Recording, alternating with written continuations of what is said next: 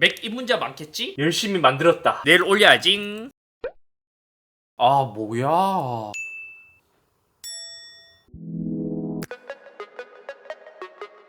안녕하세요, 이스비입니다. 자, 요거는 제가 아마 처음 하는 컨텐츠 같거든요. 오늘 해볼 컨텐츠는 맥 입문자들을 위한 초기 세팅 가이드 2016 버전을 만들어 보려고 합니다. 솔직히 맥은 윈도우에 비해 점유율이 워낙 낮아서 잘 안 하는 컨텐츠이긴 해요. 왜 이 컨텐츠를 하냐, 최근 진짜 입문자분들을 위해, 학생들을 위해 맥을 찍먹할 정도로 되게 괜찮은 가격으로 출시해서 그런 분들이 쉽게 맥에 적응할 수 있도록 한번 요것에 대한 이야기를 해보려고 합니다. 가장 먼저 맥 같은 경우 여러가지 이제 컨트롤할 수 있는 메뉴바가 이제 상단에 나와 있고요. 여러가지 프로그램을 빠르게 실행시키기 위해서 독이 하단에 있습니다. 이 독 같은 경우에는 크기 조절도 가능해요.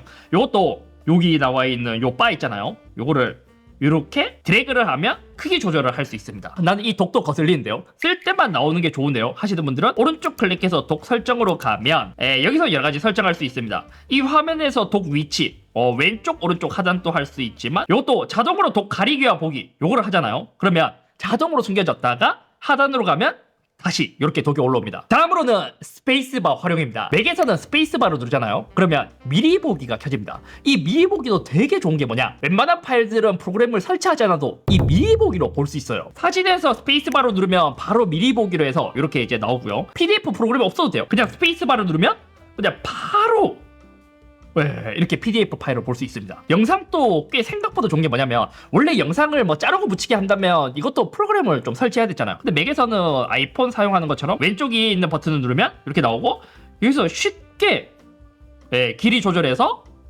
완료해서 이렇게 하면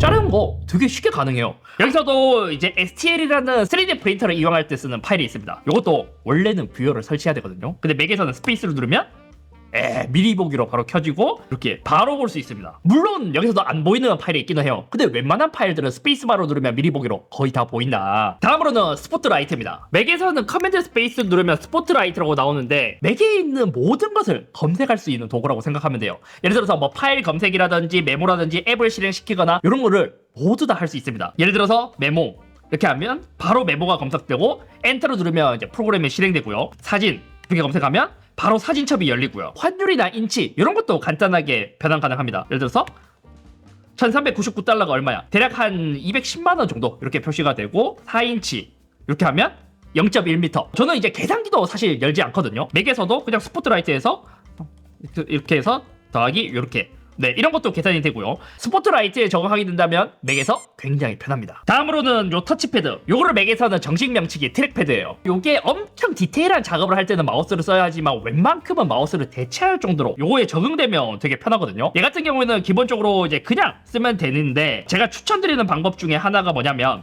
일단 설정을 켜고 왼쪽에서 트랙패드로 검색하고요. 여기서 손쉬운 사용 바로 밑에 있는 트랙패드 옵션을 누르잖아요. 여기서 드래그의 트랙패드 사용을 클릭하고 드래그 스타일에서 세 손가락으로 드래그하기, 저는 이 옵션을 켜는 것을 추천드립니다. 아마 제 기억으로는 예전에는 기본이었던 것으로 기억해요. 근데 이게 어느 순간 업데이트를 하다가 이제 따로 켜줘야 되는 옵션으로 바뀌었거든요.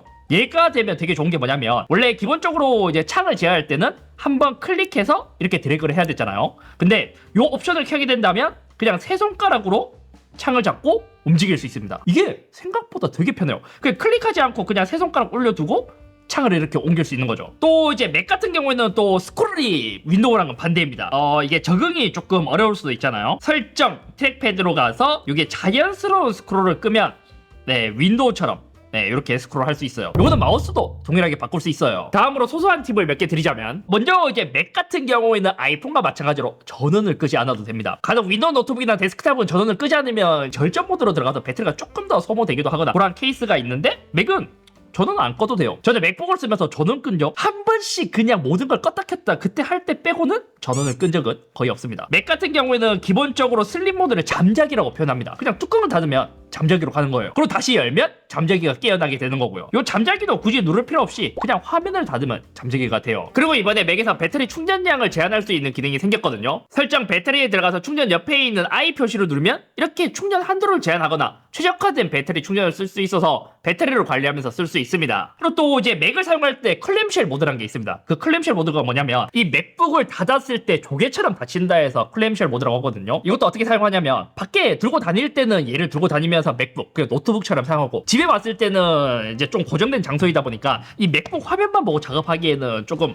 답답할 수 있잖아요. 그럴 때는 모니터만 하나로 추가 더 구입하는 거예요. 거기서도 중요한 게 뭐냐면 C타입 출력기 가능한 모니터 구입을 추천드립니다. 그렇게 구입하잖아요. C타입으로 맥북에 연결하면 맥북 충전과 동시에 모니터 출력이 가능합니다. 그냥 데스크탑처럼 사용하는 거예요. 그럼 또 그럴 수도 있죠. 노트북을 닫아놓으면 발열 때문에 고장나지 않나요? 하시는데 예전 인텔 맥일 때는 발열이 좀 있어서 고장 날 수 있기도 하지만 애플 실리콘에 와서는 발열이 많이 줄어들었기 때문에 저는 M1 Max가 탑재된 맥북 프로를 이렇게 오랫동안 사용했음에도 불구하고 아직까지 문제가 되진 않았습니다. 단축키, 이것도 맥을 처음에 썼을 때 좀 어렵긴 해요. 윈도우 같은 경우에는 컨트롤 윈도우 알트 이런 식으로 되어 있는데 맥에서는 가장 기본 그 윈도우의 컨트롤 버튼이 맥에서는 커맨드입니다. 예를 들어서 이제 윈도우에서 컨트롤 C, V 이렇게 한다면 맥에서는 커맨드 C, V예요.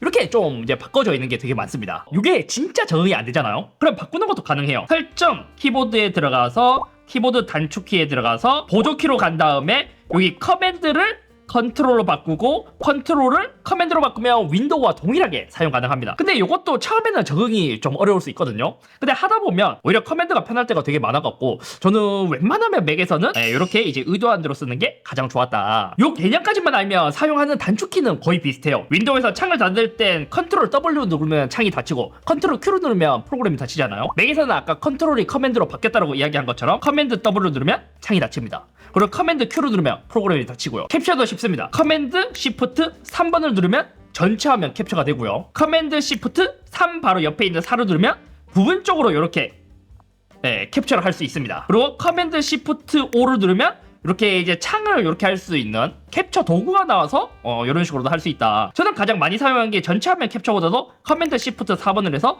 부분적으로 캡처하는 것을 좀 많이 쓰는 편이에요. 다음은 이제 한량 전환. 한량 전환도 많이 물어봐 주시는데 기본적으로 한량 전환은 캡스락입니다. 캡스락.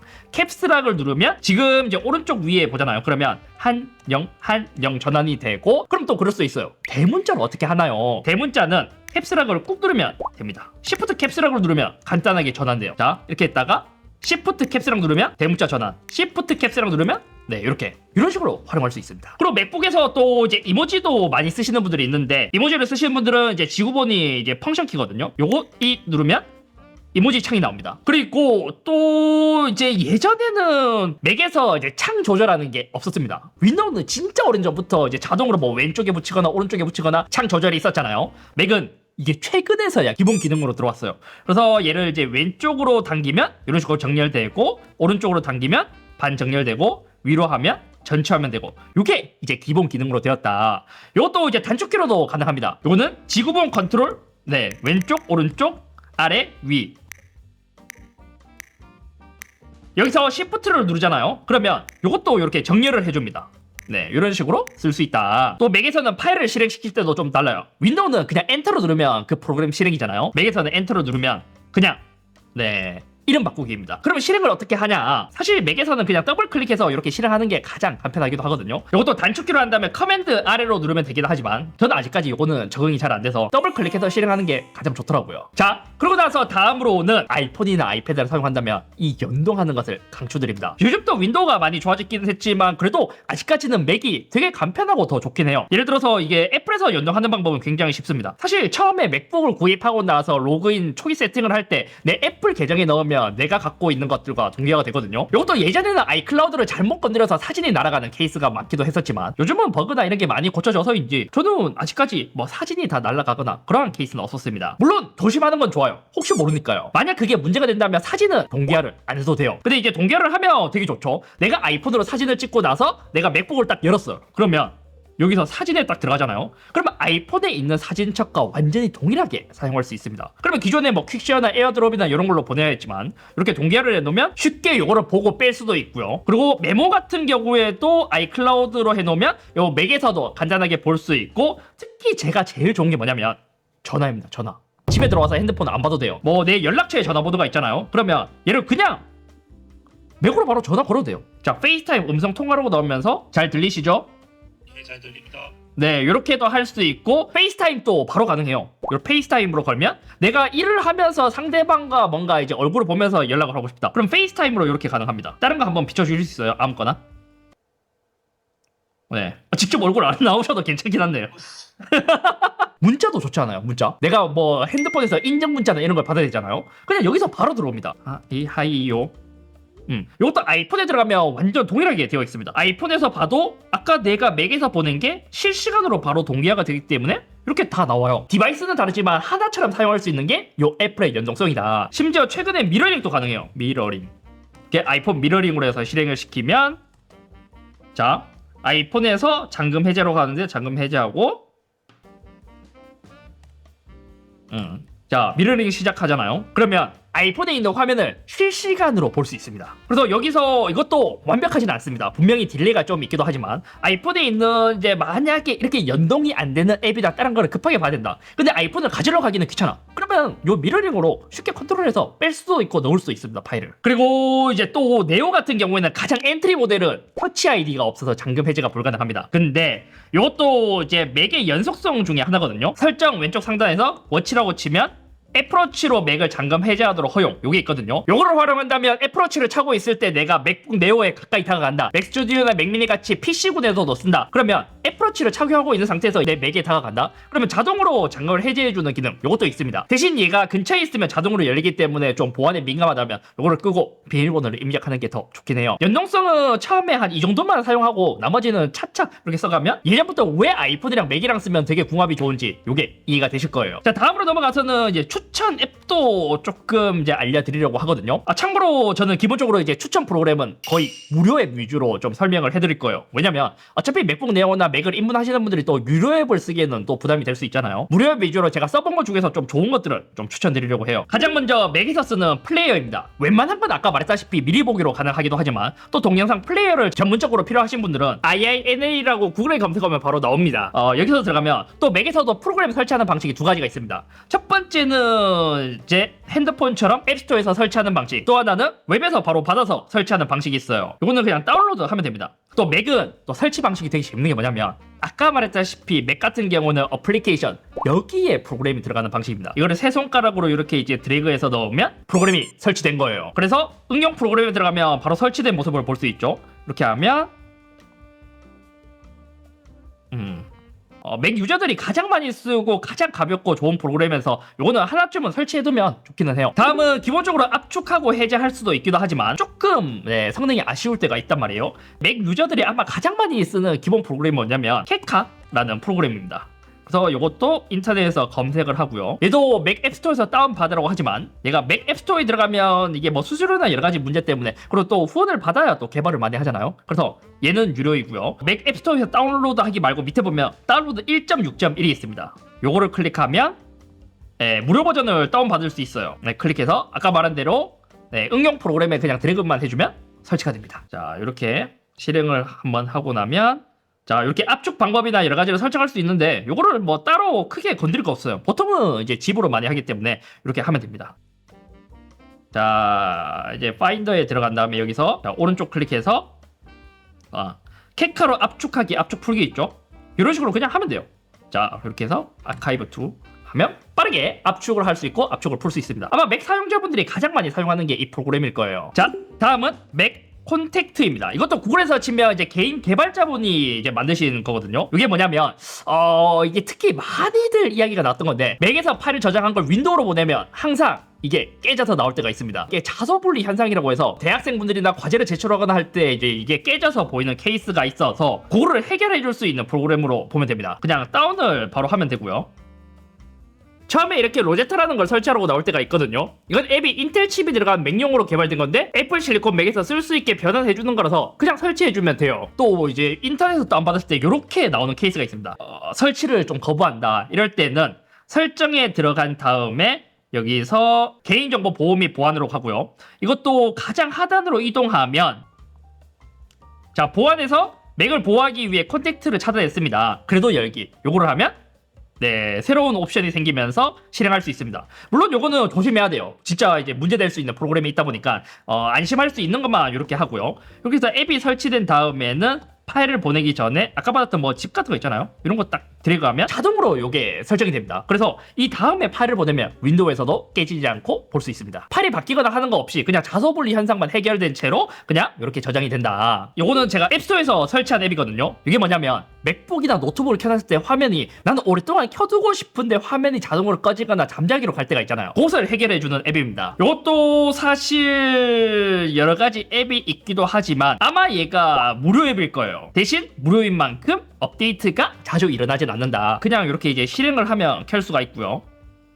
요거를 사용하는 방법은 되게 쉬워요. 알약을 여기서 오른쪽 클릭하면 이렇게 알약이 이렇게 뒤집어지면서 이제 화면이 오랫동안 안 꺼지게 할 수 있어요. 요거를 끌 때는 그냥 다시 한 번 더 오른쪽 클릭을 하면 되고, 요것도 시간별로 설정 가능합니다. 나는 2시간 뒤에 꺼지게 설정하고 싶어. 이렇게 하면 이제 타이머가 작동하면서 2시간 뒤에 요 화면이 꺼지는 거죠. 여기서 보면 딱 나와 있죠. 디스플레이 잠자기 허용, 디스플레이가 닫혔을 시 시스템 잠자기 허용, 뭐 이런 식으로 할 수 있습니다. 다음은 필수는 아니지만 이제 런캣이라는 프로그램이 있습니다. 이것도 되게 귀여워요. 우리가 이제 PC를 사용할 때 사용률을 보여잖아요. 그 사용률을 이 고양이가 달려나가는 속도로 표현할 수 있다. 오, 지금 갑자기 빨라졌어. 이런 식으로 볼 수 있고, 뭐 CPU나 메모리나 저장 공간이나 이런 거를 한눈에 볼 수 있는 프로그램입니다. 그래서 이거 하나 정도는 설치해두면 되게 좋아요. 그리고 로그인 시 런캣을 자동으로 실행하게 되면 재부팅할 때도 자동으로 켜집니다. 그리고 문서 작업 같은 경우에는 많이 쓰는 MS 오피스 같은 것들이 맥용으로 다 있기도 하긴 한데, 무료로 좀 간단하게 쓴다고 한다면 구글에서 제공하는 것들도 쓰면 괜찮아요. 요즘은 구글에 있는 구글 독스를 사용하잖아요. 마이크로소프트 오피스만큼 강력하진 않지만 얘 같은 경우에는 온라인 웹페이지에서 얘를 간단하게 사용할 수 있어서 이거를 활용하는 것도 되게 좋습니다. 시트, 엑셀도 웬만큼 커버되고 전문적인 업으로 사용하시는 분들이 아니라면 이거를 사용하시는 것을 추천드립니다. 이게 생각보다 되게 좋아요. 그리고 만약 나는 한글을 써야 된다 하시는 분들이라면 이번에 크롬 확장 프로그램으로 나온 게 있습니다. 이걸 쓰면 간단한 한글 작업은 크롬에서 바로 쓸 수 있더라고요. 만약 나는 한글을 많이 쓰고 따로 앱으로 꼭 써야 한다고 하면 한컴독스라고 한글도 맥에 있기는 해요. 근데 이것도 유료거든요. 이것도 되게 꿀팁이 뭐냐면, 자, 번개장터 이런 데 들어가잖아요. 한컴독스로 검색해요. 보통 대부분 한 13,000원 정도에 팔고 있습니다. 한컴독스가 월 4,084원이잖아요. 4084 곱하기 12 하면 49,008원. 요건데 당근이나 번개장터에서 구하면 한 만원, 13,000원이면 구입할 수 있다. 아니면 한컴독스도 웹버전으로 사용하면 무료로 사용할 수 있더라고요. 그리고 또 맥을 사용하다 보면 이게 맥북 네오 같은 경우에는 괜찮은데 히든바라는 앱이 있습니다. 요 히든바가 좋은 게 뭐냐면 이게 특히 네오는 아니고 노치가 있는 맥북을 쓰잖아요. 그러면 이게 프로그램이 많이 실행되면 이제 오른쪽에 아이콘이 보이지 않습니다. 노치에 가려져서 이때 히든바를 사용하면 요것도 간단하게 좀 정리를 하면서 쓸 수 있어갖고 저는 요 히든바도 노치 있는 맥북에서 추천드리고요. 지우는 방식도 좀 간단하긴 해요. 우리가 윈도우에서는 파일 탐색기라고 부르는 게 맥에서는 파인더라고 합니다. 요 파인더에서 응용 프로그램으로 가고요. 여기서 이제 기본 프로그램은 삭제시킬 수는 없어요. 근데 여기서 만약 이제 왓츠앱 같은 게 설치되어 있다 그러면 여기서 오른쪽 클릭해서 휴지통으로 이동, 그 다음에 휴지통에서 비우기 하면 이렇게 프로그램을 지우는 방식입니다. 여기까지가 진짜 기본적인 프로그램만 설명을 해드렸고, 우리가 일을 하면서 유용하게 사용하고 있는 프로그램도 많기도 하지만 지금 완전 입문용이라고 하기에는 조금 더 나아가야 돼서 이번 영상에서는 따로 소개해드리지는 않았습니다. 이런 것도 찾으면 업무를 할 때 되게 유용한 프로그램이 되게 많습니다. 단점이라면 아이폰 초기에 나왔던 것처럼 진짜 유용한 것들은 유료 프로그램들이 또 많기도 해요. 그래서 오늘은 진짜 입문용, 그냥 입문하시는 분들을 위해서 좀 초기 세팅이나 아니면 이제 추천 앱들을 좀 설명해 드렸고, 만약 사용하면서 이제 기본적인 그 입문자들, 초보자분들에게 더 유용한 팁이 있다면 댓글로 남겨주셔도 좋고, 또 여기서도 이거는 입문해보니까 어떤 게 필요하다, 저게 필요하다 댓글로 또 남겨주시면 제가 여러 가지 정보를 다 취합해서 다음 버전에서는 좀 더 완벽하게 좀 만들어 볼 수 있지 않을까 싶습니다. 아무튼 오늘 여기까지며, 최근 맥북 네오가 나오면서 맥에 입문하시는 분들이 굉장히 많아졌는데 이번 영상으로 좀 도움이 되셨으면 좋겠습니다. 저도 맥을 처음에 사용하다 보면 처음에는 진짜 어려웠는데 이거를 업무로 사용하게 되고 또 계속 사용하다 보면 되게 적응이 돼서 이제는 일을 할 때는 거의 맥을 좀 많이 쓰게 될 정도로 되게 좋아졌거든요. 초보자분들이 입문을 했는데 요게 좀 힘들었다, 요거를 또 알려주면 좋을 것 같다 댓글로 남겨주시면 다음 영상에서 꼭 참고해서 더 좋은 꿀팁으로 만들어 보도록 하겠습니다.